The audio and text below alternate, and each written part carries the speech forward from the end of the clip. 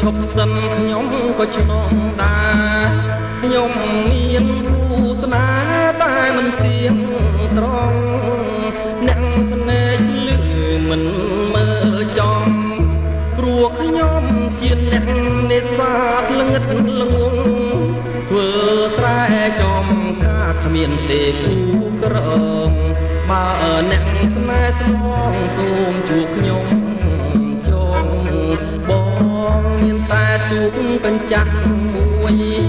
ទូកនេះធ្លុះធ្លាយពុកខ្លាំងហើយតែនៅ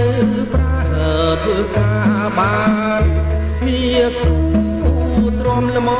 មអត់ធន់ដឹក